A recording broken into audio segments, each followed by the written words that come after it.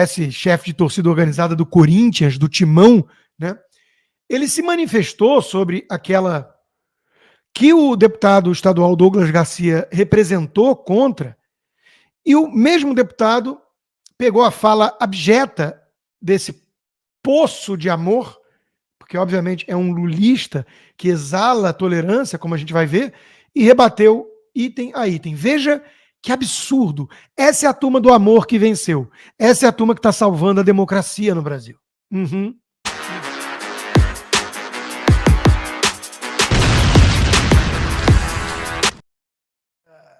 Tem uns magistrados aí que se acham não juízes, mas deuses, capazes de julgar tudo. Mas antecipo pautas. Sobre o movimento ambientalista, queimadas no Brasil voltam a bater recorde em fevereiro. A Amazônia é bioma com mais focos de incêndio. E a pergunta, claro, que todo mundo faz, inclusive o senador Rogério Marinho fez, né? É por onde andam os esquerdistas, por onde anda essa dupla. Ninguém viu. Ninguém viu Leonardo DiCaprio e Greta Thunberg por aí falando de queimadas na Amazônia. É só para lembrar aquilo que vocês já estão cansados de saber. Movimentos de minorias ou da proteção de Gaia não tem nada a ver com minorias ou com o planeta. Tem a ver com o esquerdismo. Isso já deveria estar mais do que óbvio para todo mundo minimamente atento. E também deveria estar óbvio que nessa guerra cultural o verdadeiro objetivo é até mesmo uma guerra espiritual. Nós não podemos descartar, em hipótese alguma, eu estou falando muito sério, que nós estamos lidando com forças do mal. Uma revolta contra tudo aquilo que presta, contra tudo aquilo que é bom, belo e verdadeiro. Então eles querem destruir as famílias, a capacidade racional de debater, com esse hiper subjetivismo, e logo depois, ao mesmo tempo, caindo em contradição e rotulando os que discordam de coisas bem objetivas e terríveis. E, claro, a juventude. A juventude é sempre a presa mais fácil, por características óbvias, dessa turma, dos oportunistas de plantão. E é nesse contexto que agora, ainda há pouco, antes de começar a live, a gente fica sabendo que o presidente do STF, ministro Barroso, marcou para a próxima quarta-feira a retomada do julgamento sobre descriminalização. Eles querem, porque querem enfiar a goela abaixo da sociedade essa agenda. O Barroso já cansou de dizer que quer empurrar a história para uma visão que ele tem de progressismo. E dane-se o Congresso, dane-se a democracia, dane-se o povo, dane-se o que o povo pensa. O que o senador Rodrigo Pacheco pensa sobre isso? Ele não acha que cabe ao parlamento deliberar sobre essa questão? Ele acha que o STF pode legislar, alegando que há um vácuo de legislação por parte do Congresso, o que é balela?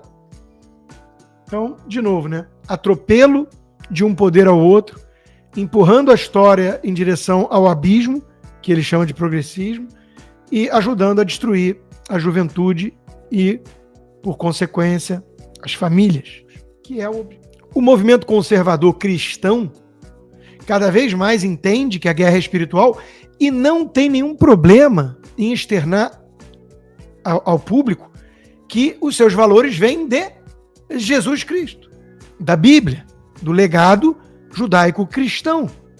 E aí o que faz a turma da religião secular, da ideologia comunista, os progressistas à la Barroso, ficam horrorizados e acionam o famosíssimo leitor da Folha.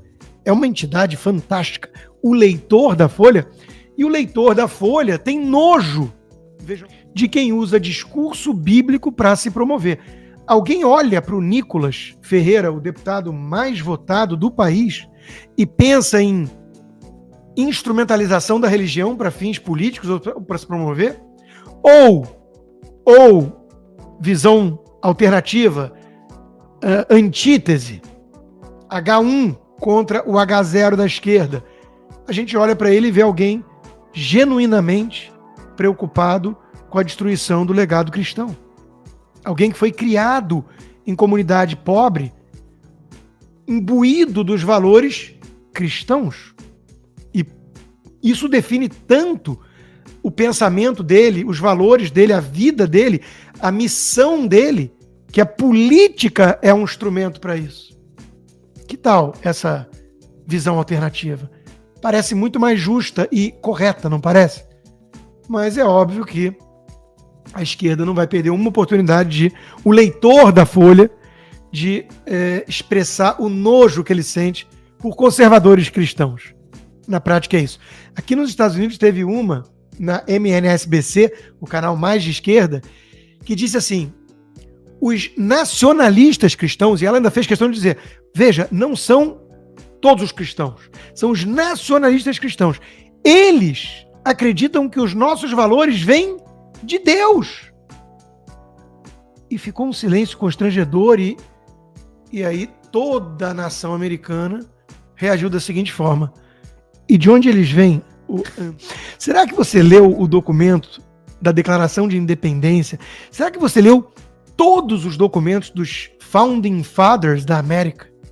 Será que você entendeu o conceito que somos criados iguais pelo Criador, com direitos inalienáveis, ou seja, acima de governos, da própria sociedade, de uma maioria do momento? Até porque a mesma esquerda cai em contradição, porque eles usam a linguagem de direitos muitas vezes acima do governo. Quando eles dizem, por exemplo, você não está respeitando o meu direito, mesmo que não seja um direito estabelecido por lei, eles estão dizendo que, na concepção deles, eles têm um direito inalienável, acima da sociedade, e que a sociedade ainda não está reconhecendo esses direitos. Mesmo a linguagem deles apela para algo acima, porque se a sociedade começar a aprovar leis de infanticídio, como é que a esquerda, digamos assim, cristã, vai reagir? Ela vai falar o quê? Não, tudo bem, os direitos vêm só dos homens, vêm do governo, então eu não posso falar nada. Perdemos no Congresso, mata a criançada aí. Ou será que a esquerda cristã, que ela diferenciou da nacionalista cristã, não vai virar e falar assim, isso é errado, isso é assassinato, isso é contra o direito individual à vida? Mas de onde vem esse direito? Eu jurava que era do Congresso, ou do presidente. Não? Ah, não. Pois é. Por falar no Nicolas, a manifestação gigantesca, estrondosa do domingo continua gerando sequelas, porque o sistema não gostou nada. Spoiler, mais um motivo para a gente voltar às ruas o quanto antes. Zema e Nicolas são alvos de representação no STF por participação em ato de Bolsonaro. O governador de Minas Gerais e deputado federal estiveram na Avenida Paulista no último domingo ao lado do ex-presidente Bolsonaro. Nossa senhora, mas como é que já se viu um negócio desses? Não pode. A manifestação foi ordeira? Sim. Pacífica? Sim. A bandeira única que eles empunharam foi respeito ao Estado de Direito? Sim. Mas não pode, porque é o Bolsonaro, gente, que não foi condenado em nada, ainda vão inventar os crimes, estão loading, desde leite moça até joia, imóveis, vacina, vão tentando, né? Agora é o golpe, que não é bem golpe, mas veja bem, tem uma dinâmica golpista e blá blá blá, né? Então, o Bolsonaro é um pária tão grande para o sistema que, se você estiver na rua com ele, isso já pode ser visto como algo um tanto criminoso. Olha o ponto em que chegamos. Essa é a turma que quer salvar a democracia, do Bolsonaro e dos bolsonaristas. Eles estão incomodados porque eles estão vendo que a turma está se unindo contra o sistema. O Zema nunca foi um bolsonarista. Ele está, junto com a turma do Novo, ao lado de Bolsonaro e do Nicolas, lá no domingo, porque eles entenderam, claro, que nesse momento não dá para dividir forças e esforços. Por falar na manifestação, a capa da Revista Oeste, que acabou de sair, é exatamente isso, assinada pelo mestre Augusto Nunes. Acabou o medo. Numa manifestação pacífica, espontânea, sem qualquer ataque à Constituição, centenas de milhares de brasileiros condenaram o governo e mostraram que estão dispostos a ocupar as ruas para defender a democracia. Que seja a primeira manifestação de muitas dessas. Vocês viram que na Rússia, no enterro do Navalny, do maior opositor de Putin, que morreu na prisão, né, causas muitíssimos naturais, como costuma acontecer na Rússia com críticos do Putin, o sujeito se mata com 5 balas na nuca, escorrega do hospital do 8º andar com a janela fechada. Acontecem coisas muito estranhas na Rússia, se você for um crítico do Putin, né? Tinha uma multidão no enterro.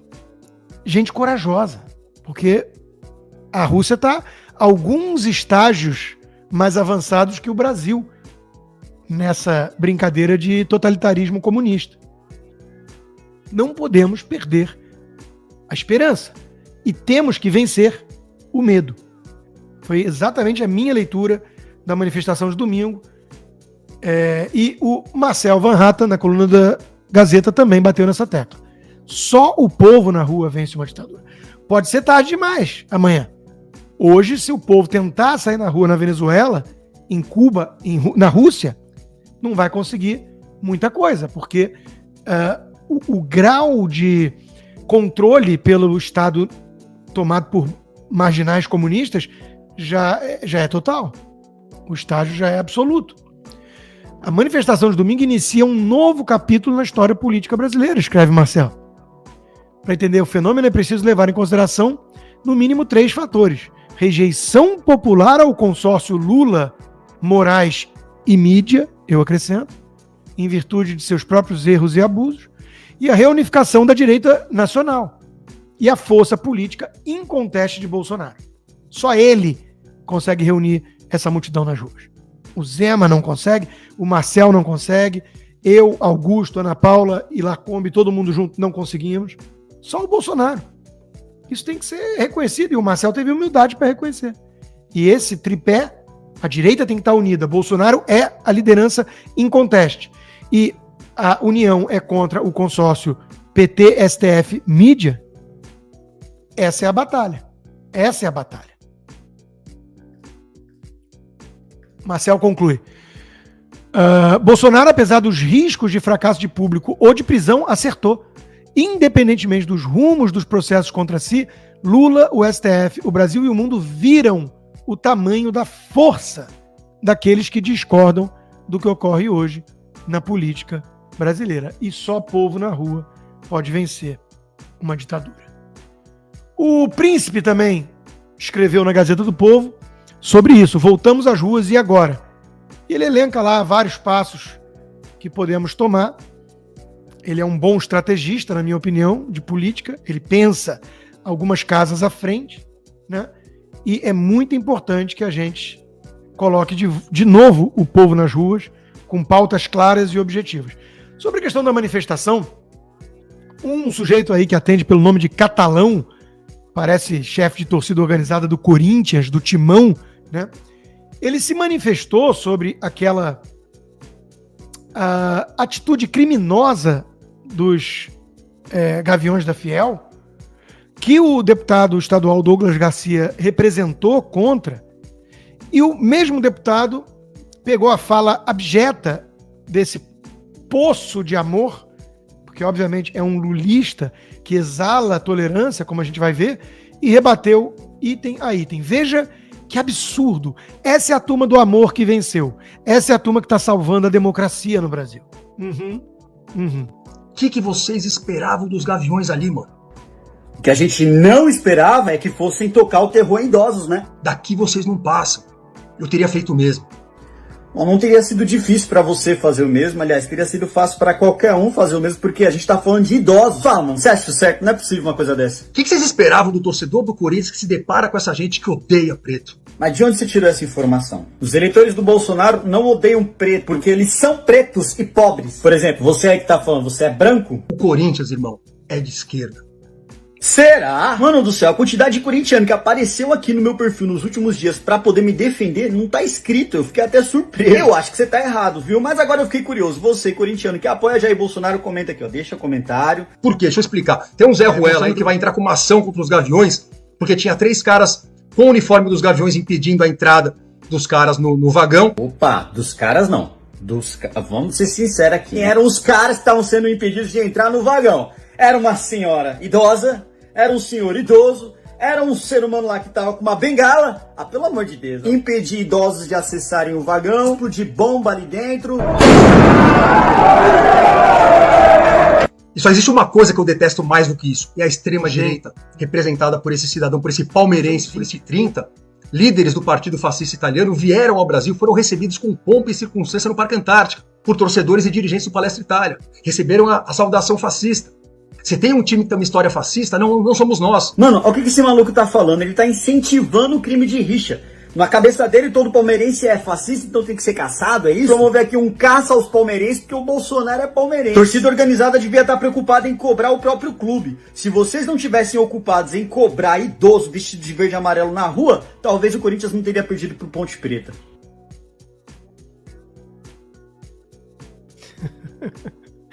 Mas olha, de fato, né? Que coisa tosca, né? Que sujeito amargo e com uma postura, até o body language, um tanto fascistoide, não é mesmo? Vai lá, inscreva-se, se possível, torne-se um apoiador. É baratinho, gente. No meu caso, se você fizer um pacote anual, dá um lanche de McDonald's por mês. $6 por mês e você viabiliza o meu trabalho. Então peço que se torne um apoiador do Loucos. Inscreva-se, a inscrição é gratuita, já são 36 mil membros e agora com o aplicativo em português. Faça um tal do triplo C: curta, comenta e compartilhe. Você pode fazer essas 3 coisas que ajudam o algoritmo a aparecer. Mas eu não estou brincando não, pessoal. Dá uma paradinha agora de 1 segundo e clica no joinha. É importante que você faça isso, porque se você não fizer, inclusive atrapalha o vídeo. Parece que o vídeo é menos relevante.